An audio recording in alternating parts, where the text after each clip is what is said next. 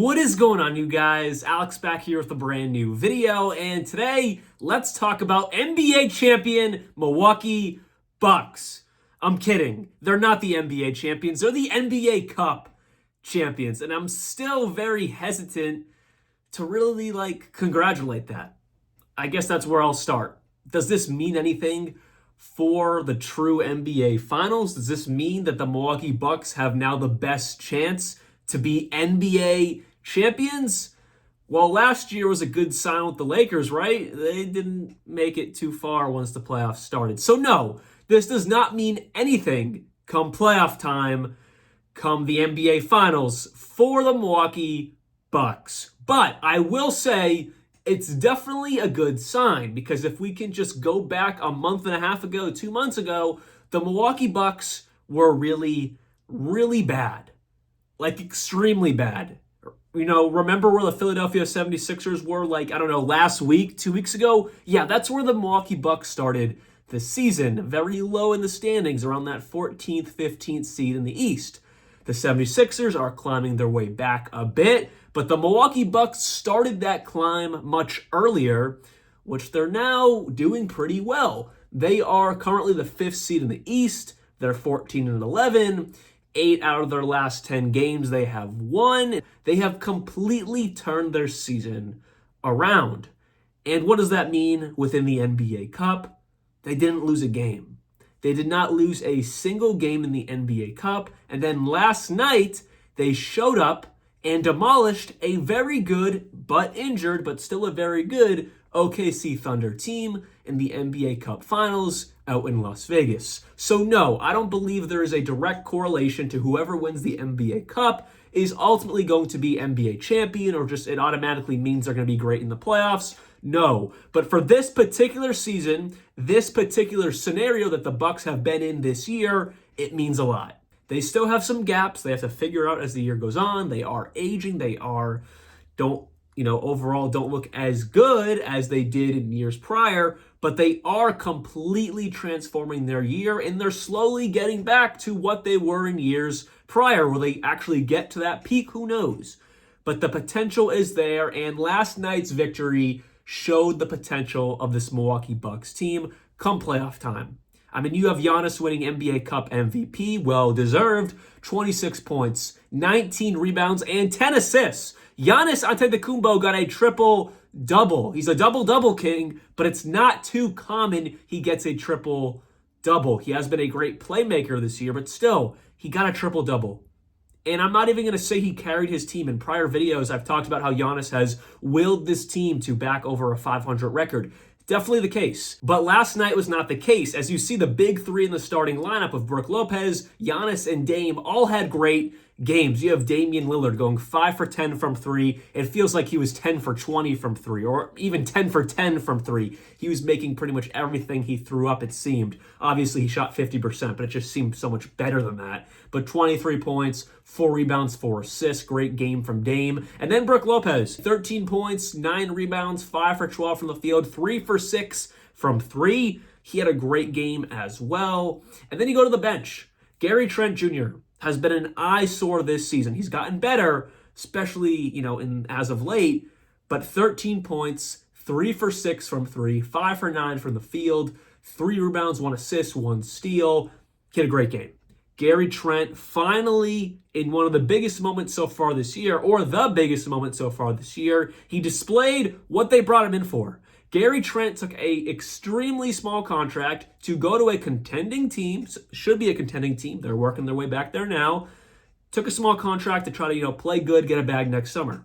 So far this year, he's been terrible, but as of late, he's gotten better. And then last night, he proved his sixth man, candidacy on this team. He had a great game, or I guess I should say seventh man candidacy, because Bobby Portis, of course, is this team's sixth man. And then you have AJ Green, 9 points, 3 for 5 from 3. He did his job being that sniper, shooting 3 for 5 on his 3-point attempts. He did well. And then you have Bobby Portis. You look at the points, not great, just 5 points. Didn't shoot the ball great at all. It was only 2 for 9 from 3. But you have 9 rebounds, 3 assists. He played a great overall game. If you do the eye test, Bobby Portis affected the game all over the court, just didn't shoot the ball well. But that doesn't matter. As long as you're affecting the game and you're winning, that's all you got to do.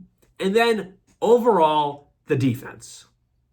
You held an OKC Thunder team to 81 points. This is not 1984, 1974, 1964. You held a team in 2024, a few weeks away from 2025, to 81 points. Let that sink in. The defense in this game was amazing by the Milwaukee Bucks. Now, don't get me wrong. OKC had some, shots they should have made. They definitely shot the ball terrible. No matter how good the defense was from Milwaukee, they shot 15% from three and then 33% from the field. I mean, they missed shots they should have made. But the intensity, the game plan of SGA was awesome. SGA had a terrible game. 8 for 24, 2 for 9 from three. And they didn't foul him. He only went to the line twice. 3 for 4 at the line. Only took 4 free throws. I mean, let's see what he averages on the year. How many free throws does SGA average per game? If I had to guess, it's probably up towards like 8 or 10. Let's see. This year, it's around 8. Yeah, he takes between 7 to 8 free throws. Basically where I said. Last night, he only took 4.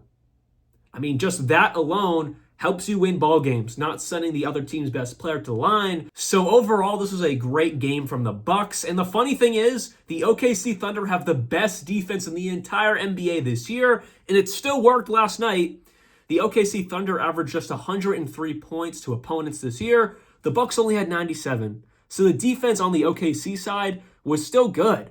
It's just the Bucks came out and locked up. And like I said, they missed a lot of shots. They just overall, I don't know if the moment just got to them. I don't know what it was, because overall, yes, they played terribly, but also the Bucks defense caused a lot of problems for them. So it was a mix of both. But overall, for the Thunder, just a terrible game. And then, like I said, for the Bucks, they came to play. So to close the video, what does this mean for the Milwaukee Bucks? And I kind of started the video like this, but not much. But also, since it's this particular scenario with the Milwaukee Bucks who started off the season really bad, internally, with Doc Rivers, with Giannis, with Dame, with that entire team, it could mean a lot. It really could. This could be the moment where the Bucks see, we can do this. Yes, this is a really small sample size. It's the NBA Cup, not the same, even remote extent of what it would be like in the playoffs and the finals. But we're proving right now we can win at an important moment. Like, this is a one and done. This is not like the playoffs where you have 7 games to get it right. This is a one and done scenario. You could even say there's more pressure on you, maybe not stakes wise, but just in a one game scenario because it's one and done. You don't have you don't have 3 more games to try to win or 4 games to win, whatever it may be. So that's an interesting point there. But for the Milwaukee Bucks team, I think this is key for them to show we can win something. What we were, the first month of the year is not what we are going to be as the year goes on. And they've already proved that, getting to that 5th seed, being 14 and 11 right now. They're building their way to getting more and more over 500. They already proved that. But by winning in a high stakes environment, quote unquote high stakes environment, I'm still not completely sold on the entire NBA Cup tournament thing. I like it. It's fun as entertainment. But when it comes to, do we really need it? I'm still not completely sold on that. But either way, it's here and we're going to talk about it. That could be a great catalyst as motivation and confidence come playoff time. So that's all I got to say on that. And last year, it meant nothing for the Lakers. And I didn't think it was going to mean anything for the Lakers because it's the Lakers, and I didn't really believe in them. But I do believe in Giannis. I believe in Dame. I believe in Doc Rivers to some extent. I know come playoff time, it's a little bit of a choke artist. But, 2008, as a Celtics fan, I still got love for him. So I still have some belief in the man. Maybe that's just my Celtics bias, but we'll see. Anyways, hopefully you guys did enjoy today's video. And we're going to have to see. Like Chris Middleton, I haven't even talked about him because he wasn't even playing in this game. They didn't even have Chris Middleton. He was sick or whatever, but he just came back from injury about 2 weeks ago. He's still ramping up. There's a lot that can continue to go right for the Milwaukee Bucks, and we're just going to have to see how it plays out. This was a great, great starting point to continue the rest of the year.